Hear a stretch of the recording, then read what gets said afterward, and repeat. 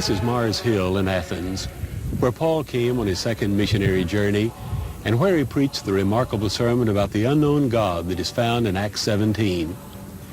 This must have been one of the most dramatic moments in New Testament history, with the Acropolis of Athens towering above, with the Epicurean and Stoic philosophers for an audience. Paul told the people of Athens something new, a God who created the universe, a God who does not dwell in temples made with hands, not even in the Parthenon. Let's visit some of these temples that Paul saw, temples that were already 500 years old when Paul came to Athens. These temples were located on the Acropolis, the sacred hill that towered over the city, and the most beautiful was the Parthenon. This is the great temple of Parthenon. Parthenon means virgin, because it was dedicated to Athena, the goddesses of philosophy, of wisdom. According to the ancient Greek mythology, Athena was born from the head of Zeus. The Parthenon is often called the most beautiful expression of the classical Greek spirit.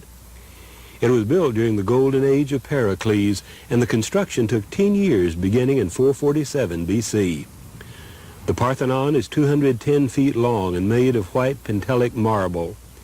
It is built in the Doric style, and it has 46 columns that are 30 feet tall.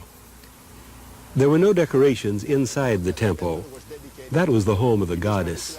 The statue of Athena, made out of gold and ivory, was located in the heart of the temple. That's why the Apostle Paul, in his sermon to the ancient Athenians, said, God does not dwell in temples made with human hands, but in him we live and breathe and have our being.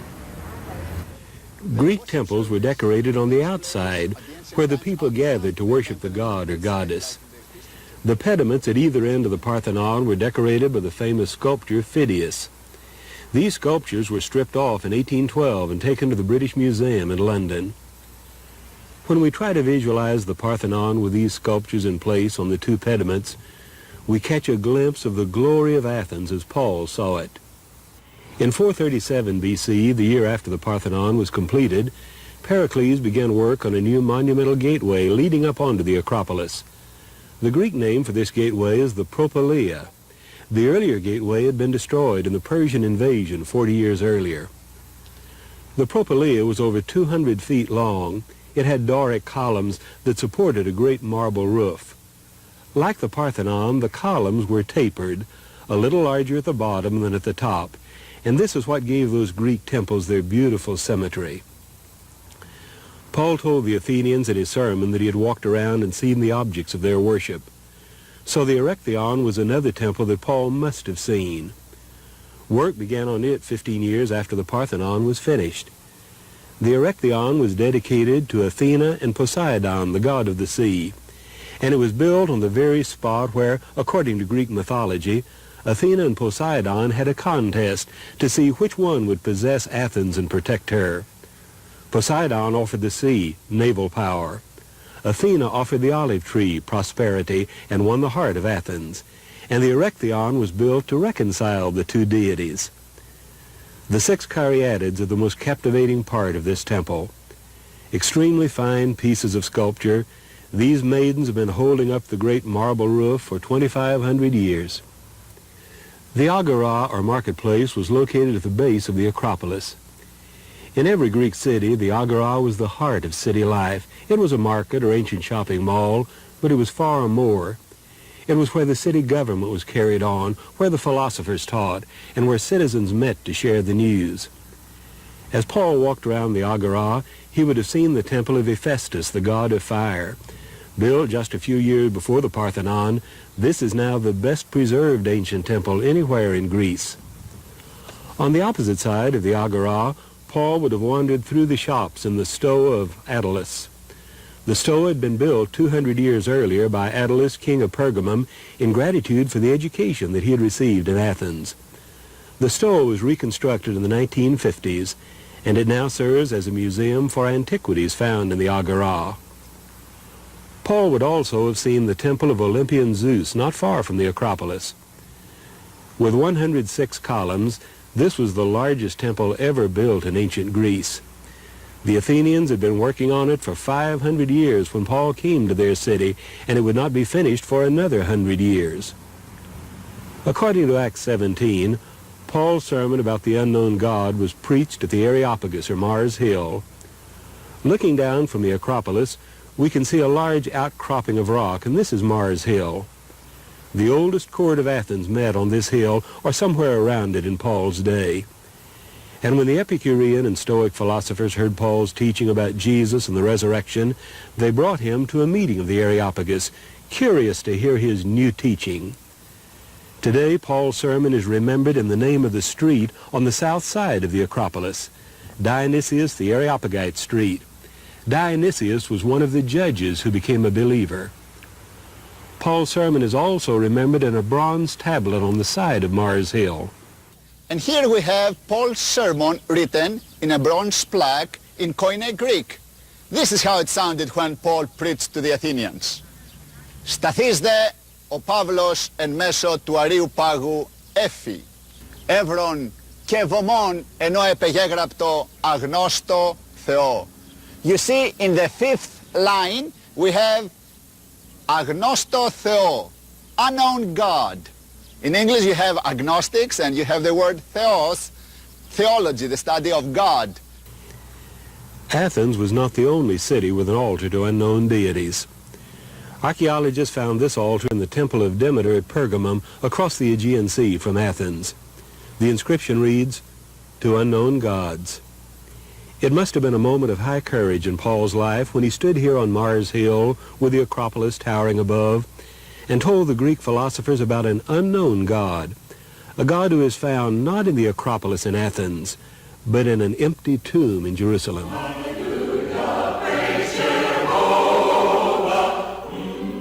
After preaching in Athens, Paul came here to Corinth, 50 miles to the west.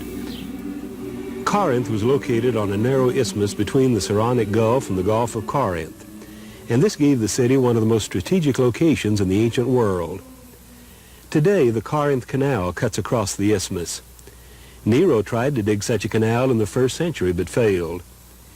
In Paul's day, there was a roadway called the Diolkos, where small ships could be dragged across the isthmus on rollers. Larger ships were unloaded, and their cargoes were carried across the isthmus to be reloaded on other ships. Corinth had been the major city in Greece around 600 B.C. It was destroyed by the Romans in 146 B.C. and lay desolate until 44 B.C. when Julius Caesar rebuilt it and made it a Roman colony. By Paul's day, it was a prosperous seaport city once more.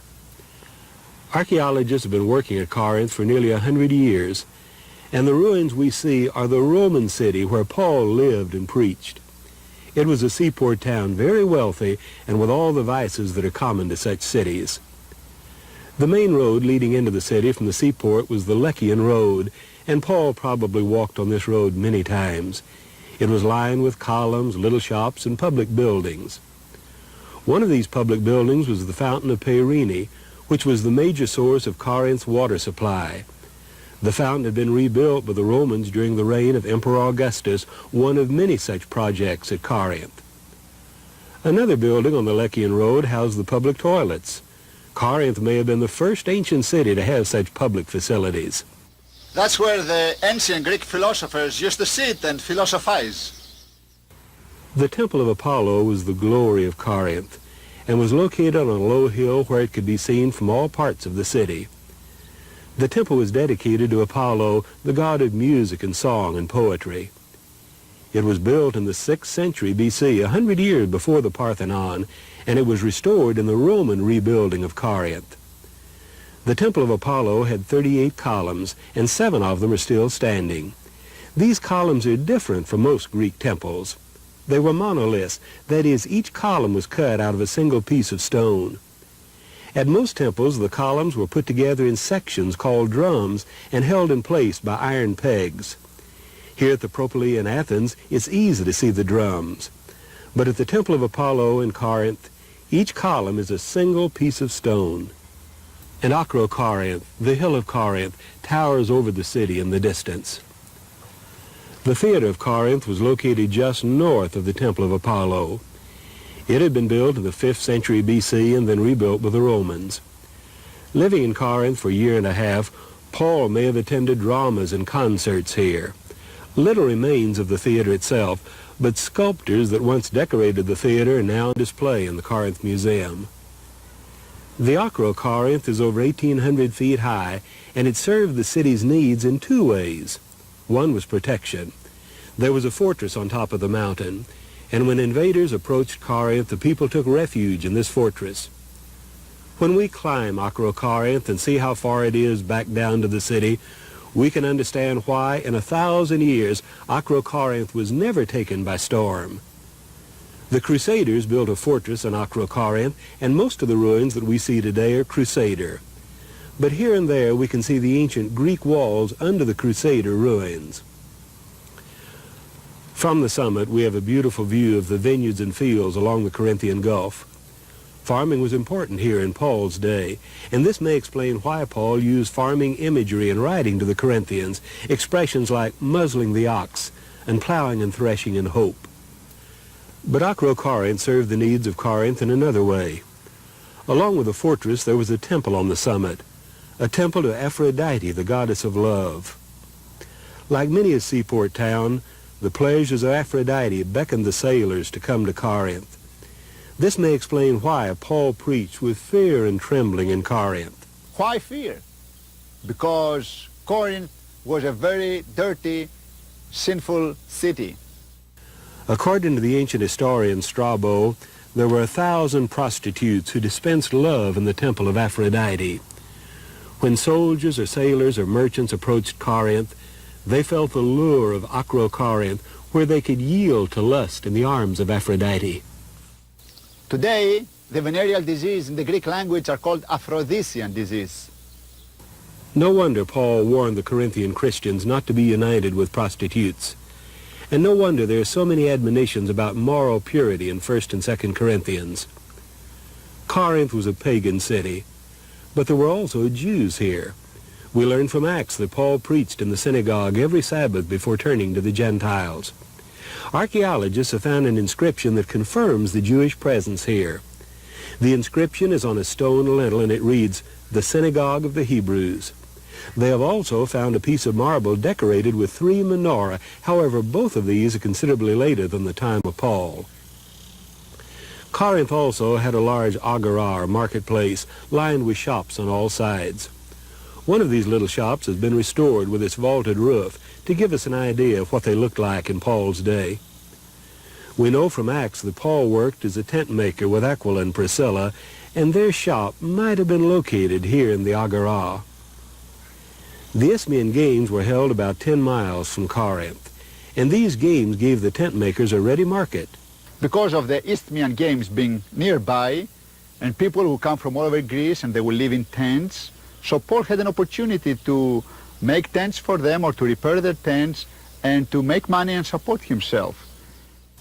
Judging from the references to boxers and runners in 1 Corinthians, Paul may have been a spectator at the Isthmian Games. The bema was located on the south side of the agora. It was a large platform covered with blue and white marble that was used for civic affairs. The Roman governor would address the people from the bema. Paul might even have preached here. Trials were held before the bema, and in Acts 18, Paul was the accused. They brought Paul right here on the judgment seat. Gallio was sitting right on the top of this bema, the step place. Paul was right in front of the judgment seat on this little pillar where they used to chain the criminals. This historic little pillar is where the accused stood, often in chains, to be tried. But as Paul stood here, Governor Gallio realized that it was a religious dispute among the Jews, so he refused to have anything to do with it. And Acts says that the people turned on Sosthenes, the ruler of the synagogue, and beat him in front of the bema. Sosthenes was the ruler of the synagogue here in Corinth, where Paul came and preached. And here we have the name of Sosthenes. S-O-S-T-H-E-N-E-S. The name Sosthenes is still legible on this monument. There is another inscription still in place that relates to one of Paul's friends. Paul wrote the book of Romans from Corinth, and in the last chapter he sent greeting to the Roman church from Erastus, the city treasurer he's called.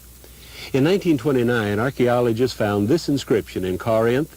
It says, Erastus, E-R-A-S-T-U-S, Erastus laid this pavement at his own expense. Erastus was a sort of county commissioner here in Corinth, and archaeologists believe that this Erastus is the same man who was a friend of Paul and who sent greeting to the church in Rome. Here's another inscription that has two familiar New Testament names on it, Cornelius and Theophilus. No, these are not the men we read about in Acts. But it's interesting that this Cornelius at Corinth was called Theophilus, a friend of God. At a site like Corinth, it's easy to see the value of archaeology for New Testament studies. Archaeology have brought to light all these ancient Greek cities where Paul lived and worked and preached and started New Testament churches. Prove very much so that what the book of Acts writes about Paul's missionary journeys, it's true. So the Bible is not a mythological book, but it's very historic, authentic, and true. Here at Corinth, we see one of the great values of archaeology for the Bible. This is the Corinth that Paul knew. These are the streets where he walked, the buildings that he passed day after day for a year and a half. Here at Corinth, we share Paul's life. We live in the world where he lived. And this is one of the great values of a study of archaeology, to give us a picture window into that world that Paul knew.